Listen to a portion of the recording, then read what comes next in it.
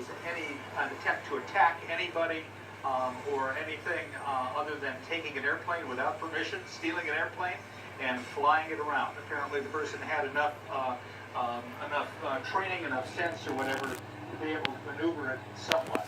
As soon as we find out what the condition of the island is and the individual who's crashed the plane, we'll certainly let you know. This, I think, is something that your viewers are right to be concerned about, but it looks like the more we find out, the less emergent and the fewer ripples there are that come from this. Good to hear. With something like this, I mean, I think that the first place people's minds go when planes is terrorists. You talk about. And that would be a rational thing. Unfortunately, the world we live in now has those kind of threats. However, in this case, there's no indication that that was the thing to do. Most terrorists don't do loops over the water. So there's no indication there was a terrorist act, an attempt to attack. This might have been a joyride gone terribly wrong. Yeah. Did you guys, while he was in the air, I'm assuming we know the person that took it was a man? Apparently it was a man, and I don't have further information. I've got my people downtown checking on it, working with the airport and checking on it, but I don't have that at the scene right now. So was there any communication with that man while he was in the air with the sheriff's office? There wasn't with the sheriff's office, I know that. Whether there was with SeaTac or other airports in the area or JBLM, I don't know. So, we got a camera right there. I think we're live right now. No, I gotta go on. We're just starting right here.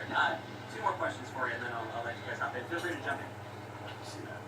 So, with the scene there, can you just describe what you have there and what it looks like on the island? All I have is there's a fire, and it's a fairly heavily wooded island. There's no indication that buildings are involved, but they may be. Again, there are very few buildings there. They're mostly sort of cabins, recreational kinds of areas. So it is not a heavily populated island. 20 people year-round. Some people come for the summer. Aren't a whole lot of people there right now. That we know that. Yes. Now, I'm gonna ask if Wes Pierce wants to add anything. Actually, they may be wrapped up right now. You bet. Sir, thank you very much. I appreciate it. Thank you. Okay, so you've been listening to Pierce County Sheriff Paul Pastor. I think the best possible news out of all of this is that there are no other casualties other than they're assuming the pilot here. That this plane went down in a wooded area. They don't believe that there were any other homes that it hit. That there was a fire burning right now, but they don't think that this hit any cabins. Thankfully, nobody on the ground. That would be amazing. Again, it is, one island is a little more populated, the north side than the south side, and if we put it down just the right spot, there would be that chance. You hate to see someone who apparently wanted to take his own life by stealing this plane. From some of the chatter we've seen, that may have been his intentions, but the fact that more people were not injured, apparently that is what Paul Pastor is hearing. That is amazing. Let me step in there and put some perspective on this as we say, okay, we lost the plane with one guy on board and it may have been a suicide. So that's one thing. Let's not forget this. SeaTac is now the 9th busiest airport in the country. It's up another 6.1% already for the first part of this year over last year. It continues to grow like crazy. We could have seen this aircraft in a collision with another aircraft that could have been loaded with passengers. Yeah. On the ramp, this guy obviously had to get onto a runway to take off. We don't yet know which runway that was. I'm presuming that this aircraft was probably parked where Horizon parks a lot of their Q400s, I believe off the B concourse. So he wouldn't have had to have gotten that far. The potential for a collision here, and especially for somebody who may not have been very experienced with this airplane, was probably considerable. Yes. But Glenn, I've got to ask you, it takes a certain amount of knowledge just to get that plane off the ground. He not only got it off the ground, but he was flying it. Right. And they were giving him directions on what to do with the plane. Can you bank left? Can you do this? Can you do that? I mean, that tells me that he had more than just a cursory knowledge of airplanes, right? Well, it would have been, but the question is, did he file a flight plan? Did he follow procedures when he was taking off? He was apparently one person Yeah. on on the flight deck of a jet that normally has two pilots on board. There's a lot that goes on when you're trying to take an airplane off. You basically have one guy working the radios, you have the other guy primarily working the airplane and switching off and back and forth. And there is a lot of procedures that you really have to follow. Yeah. Did he follow any of those procedures? Your visibility on the cockpit of an airliner is not particularly good. So if you have somebody coming in if he's in the left seat and somebody's sort of coming up from behind you or taxiing behind you on the right, left, you're not going to be able to see that person. So what I'm saying here is a lot more could have gone wrong tonight than actually did. And we should probably consider ourselves very, very lucky. And the fact that it crashed on such a tiny island, I mean, Ketron is 220 acres. That's about a third of a square mile. So it's a very tiny area that this plane hit. It's odd that it hit that island. But as we saw from that video, it looked like the plane must be a total loss at this point, and there's the plume of smoke. So we should probably recap, if you're just joining us, what happened earlier tonight, starting at about 8:15. We're told that an airport employee took a Q400 Horizon aircraft from SeaTac Airport and took off. That's when, obviously, procedures went into effect. F-15 jets were scrambled. They took off from the airport in Portland. They pursued this plane, this Q400, for quite a while. This plane was flying over all sorts of neighborhoods. We were getting reports out of Lakewood, out of Tacoma as well. People were seeing this plane overhead. They say it was flying incredibly low, incredibly slowly. People were looking out their windows and saying, why in the world is this commercial plane flying so close to my house? It had a lot of people turning their heads, and people quickly realized that something was very wrong here. And at some point, that plane headed down more south and then toward Stillicum and then Ketron Island, and may have done a few circles around that island before that plane went down on Ketron, which, as Mark mentioned, is very small, not very populated, maybe less than a dozen homes there, people who live year-round. And the northern end of it is a little more populated than the southern end. And this is kind of just right off of Stillicum. You have to take a private ferry to get to it. And people there just live a nice little quiet life. But we're giving you some video here, and I don't know whether this is live or from just a few moments ago. This is a live picture, and you can see that it's hard to put in perspective, but the flames are spread out, which you would expect with a plane like this going down. But what we just heard from Pierce County Sheriff Paul Pastor was he does not believe anybody on the island was hurt or killed. And that would be amazing to put a 110-foot plane down on the island at some kind of speed and not hit anybody else. Again, it would depend on that part of the island, although they do believe this man was suicidal and that he did die in this crash. He also confirmed this does not appear to be a terrorist incident, that this was not an attempt to attack anyone, that again, that this was one person involved, and it was a suicidal man. Also getting reports that this was perhaps a mechanic who was an employee at the airport, clearly had some knowledge of this airplane as well. Our aviation analyst, Glenn Farley, has been with us this whole time. I think this begs a lot of questions, especially following 9/11. A lot of people are going to ask, didn't we put procedures in place so this would never happen? Well, those procedures have gotten more and more stricter. I mean, in some ways, things feel more relaxed when you go through the airport, but there are the procedures there. I can tell you in SeaTac, for example, because we went through it the other day, because we were out on the ramp looking at these new hard stands and the growth down there. Everybody has to pass through as employees. This wasn't true a year plus ago. You have to go through a different part of the airport to clear that. We cleared that with other airport employees to go out on the ramp. That was not. So that's actually an increase in security for airport employees that wasn't there in the past, and that's a fairly recent addition. And you you know, it's going to be interesting to see what comes out of this in terms of what was this individual's psychological profile. Was there anything that they were looking at? Were there any flags that went up before? Is that going to change the regimen for that going forward? There are a lot of questions here. I mean, remember worldwide, we have 23,000 airliners. And if you recall, there was a case in Europe a few years ago where you had the co-pilot of an airplane, the first officer, lock the pilot out, the captain out. He couldn't get back in, and that this person ended up crashing the plane, not just with himself on board, but with an entire airliner full of people. And we had talked to psychologists at that time, and we said, how could you do something like that? And the people we talked to, were the experts in that field, said, for these folks, all they think about is themselves at that moment.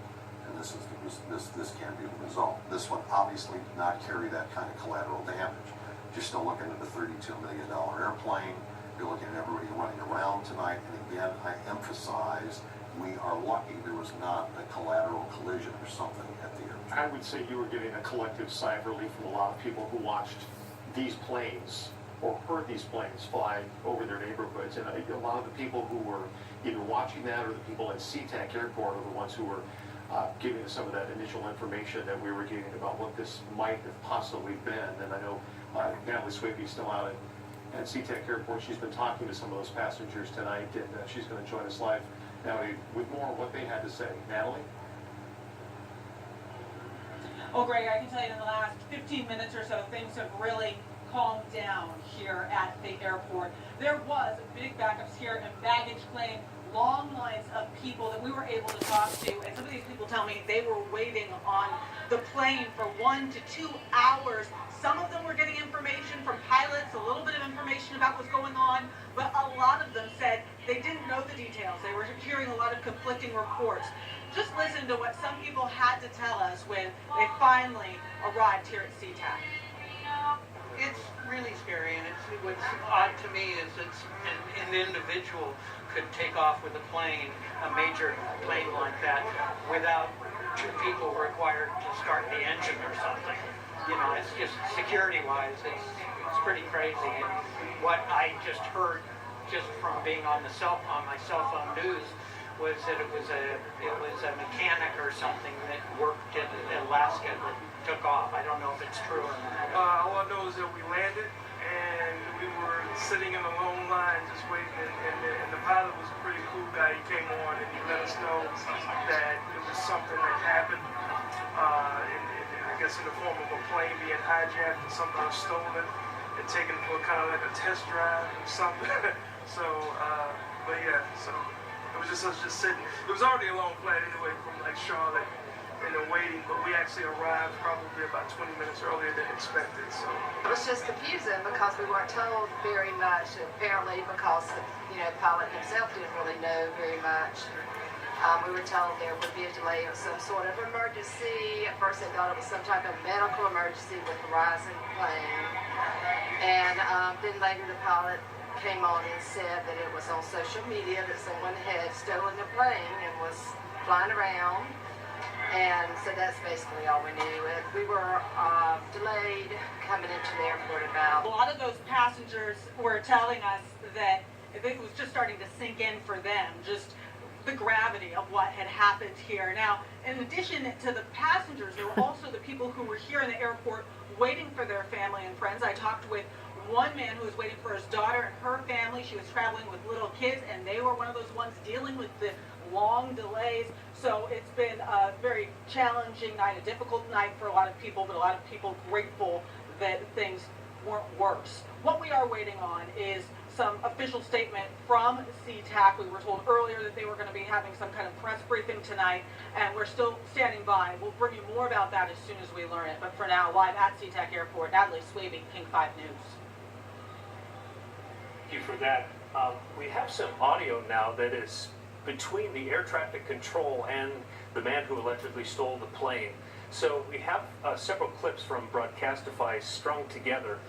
This really runs the gamut in terms of what this guy was talking about, what he was thinking. He talked about needing some help pressurizing the cabin. He talked about running low on fuel, and just the tone in his voice is troubling. I don't think he fully grasped the seriousness of what had happened, but let's give it a listen. I got a lot of people that care about me, and it's going to disappoint them since the year that I did this. I would like to apologize to each and every one of them. Well, Charlie the Cat says this is a fucking fake piece of shit news. This is a whole fake news story right here. This is like a Hollywood movie. Until now, I started like 30-something. 100 pounds of fuel. Rich, you said you're at 2,100 pounds of fuel left? Yeah, I don't know what the burnout is like on, Even Charlie's like, what the fuck is that? Is that a real plane? No. There is That's the runway. the first one might be real, but not that second one. That's not it. That's McCord fuel. oh man, those guys will rough me up if I try landing there. I think I might Is it mess real? up there too. I wouldn't That's wanna not do that. real. Hopefully, they probably got anti-aircraft. Not that fake plane down, Charlie. We're just trying to find a place for you to land safely. Yeah, not quite ready to bring it down just yet, but holy smokes, I gotta stop looking at the fuel because it's going down quick. Okay, Rich, if you could, if you start a left-hand turn, and we'll take you down to the southeast, please. This is probably like jail time for life, huh? I mean, I would hope it is for a guy like me. Okay, very good, thank you. Right now he's just flying around, and he just needs some help controlling his aircraft. Very good. I mean, I don't need that much help. I played some video games before. I would like to figure out how to get this cabin altitude. Like, I know where the box is. I would like to get some, make it pressurized or something so I'm not so lightheaded. Minimum wage. We'll chalk it up to that. Maybe that'll grease the gears a little bit with the higher ups. Damn it, Andrew! People's lives are at stake here. Rich, don't say stuff like that. No, I told you, I don't want to hear no one. I just want you to whisper sweet nothings into my ear. So covered a lot of ground there. Glenn, what are your thoughts off the top of your head?